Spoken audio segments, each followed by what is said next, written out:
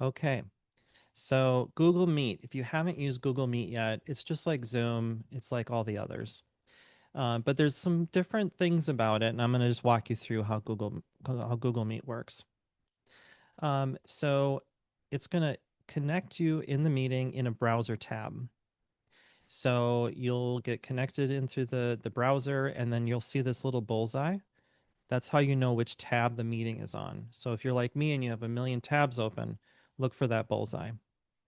When you navigate away from the meeting, a pop-up will occur because you covered up the meeting and it wants to make sure that you can see it. But I want you to see something here. If the pop-up is small, there's no chat button. So this has happened many times with my clients, I say, can you put it in the chat? I don't have a chat button. So you just need to expand that window.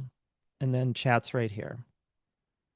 And when you send a chat, on the other side, it's going to prompt them so that they'll be able to go right into that chat quickly and easily. And then down here at the bottom is how we share the screen.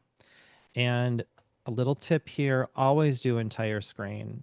Pick the monitor.